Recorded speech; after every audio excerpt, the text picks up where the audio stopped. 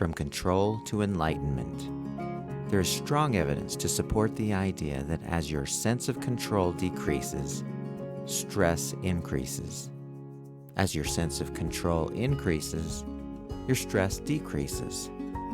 It is likely that each of us have experienced this inverse relationship. One student in my class experienced this transformation. As his sense of control increased, his symptoms of stress decreased. He wrote me the following: "I've changed a lot from this class. I had been suffering from depression for about 12 years now. I had an anxiety disorder that took me a couple years to overcome. I did not enjoy or have any desire to live life. I felt completely out of control. For the first time in 12 years, I can say I am happy and enjoy life. My road rage is completely gone now. I used to get headaches at least 3 or 4 times a week. Since the first week of class, I've had one headache that didn't last long. My mother and brother have told me how much happier and better I look countless times. The longest I've been mad is for a few seconds. I used to hold on to that anger for hours and even sometimes days. It took me between 30 minutes to an hour to fall asleep normally. Now it takes me 5 minutes at most. I have regained control over my life, and my stress has gone away. This, I know, will be the greatest class I have ever taken. I don't see how it could have done more for me than it already has. I really just want to thank you for teaching these things to me. I will never forget what this class has done for me. I just want you to know that you did save my life." As Jacob's sense of control increased, his stressful feelings and accompanying stress-related symptoms started to go away. There are some things over which you have no control or influence.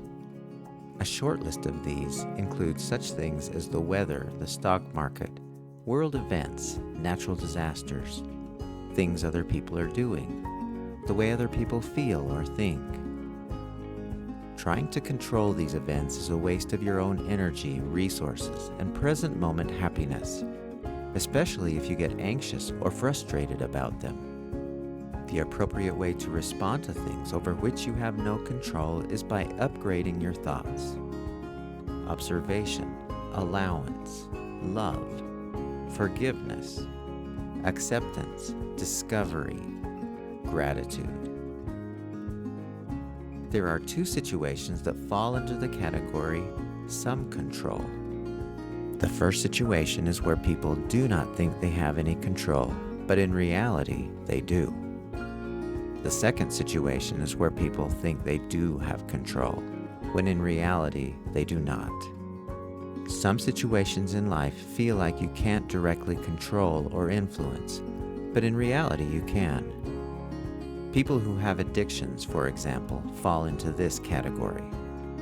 An addiction is a deeply held belief that you can't function normally without a certain something, a chemical, a behavior, a person. In order to feel normal, the addictive element must be in your life. Otherwise, you won't feel good. An addiction can be very difficult to break. The person who smokes or is addicted to gambling may feel like it is impossible to function without the addiction. However, as I mentioned before, if one person can overcome it, then it is possible that anyone can overcome it. We see people breaking addictive habits all the time. We also see many people who find themselves stuck in situations or settings where they feel they can't make much of a change. However, though it may be difficult, changing one's thoughts and belief patterns is what is necessary to break the habitual patterns that cause the feelings of lack of control. How do you increase your sense of control? To increase control, you must be constantly aware of your thoughts. Upgrade your negative or stressful thoughts as often as necessary.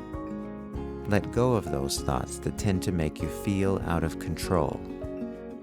Accept that you are the only one who regulates your own thinking, and that what you think determines the emotions and consequences that naturally follow. Another category of control involves situations over which you can't really apply much control, but you think you can. We commonly see this type of thinking in relationships. Some people do their best to try to manipulate or coerce others, hoping to control or change someone's behavior.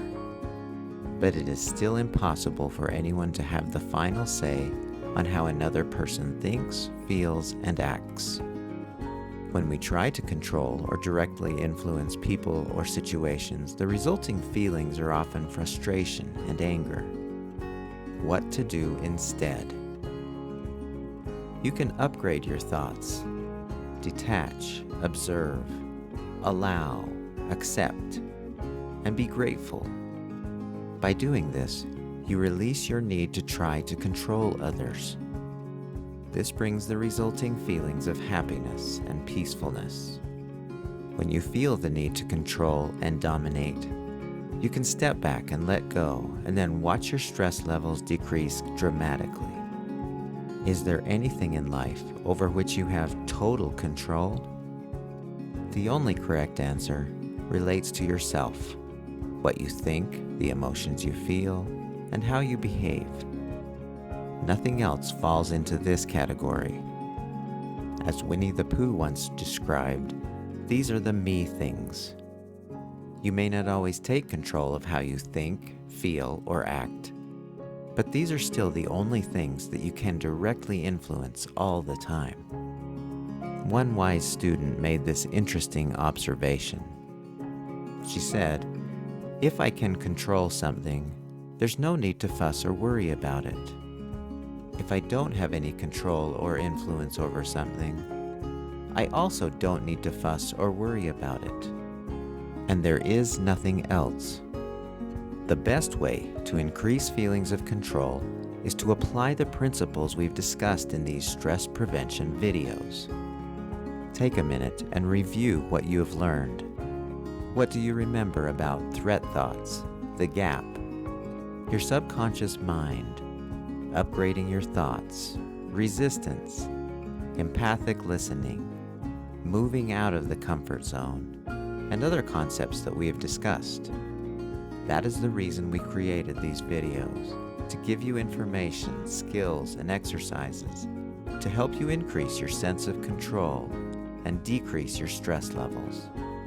Mindfulness also increases control and results in decreased stress levels. It is so important that I've devoted a series of videos just on mindfulness. For now, remember what Dr. Covey said: if you think the problem is outside of you, that thought is the problem. You now understand what that means. You now know that if you are ever going to get the upper hand on stress, it is solely up to you. When you feel pressure, anxiety, worry, or any other stressful feeling, it is not because of what is happening out there, but instead, it is always what is happening in your mind as you interpret what is happening out there. It is always how you interpret what's happening that causes you to feel stress. It is never otherwise. When you get this, you've got it made. Isn't this an amazingly freeing thought? Many people spend their whole lives never figuring this out. How cool it is that you're learning it now. Few things I know of are more empowering and freeing than realizing how much of a choice you have in everything. Now you have the tools to help you create the best thoughts and make the best choices. This is pure stress management. A quick word about stress reduction. It would be ideal if these tools were everything you need to manage your stress. But there's more. Because sometimes you'll forget. Sometimes you'll get caught off guard, and the stress comes anyway. This is where the stress reduction videos come in.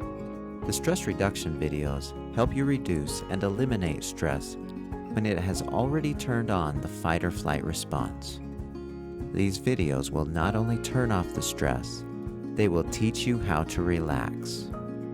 You will feel better, happier, and much more relaxed. So let's get to it. Until then, stay calm. You now know how.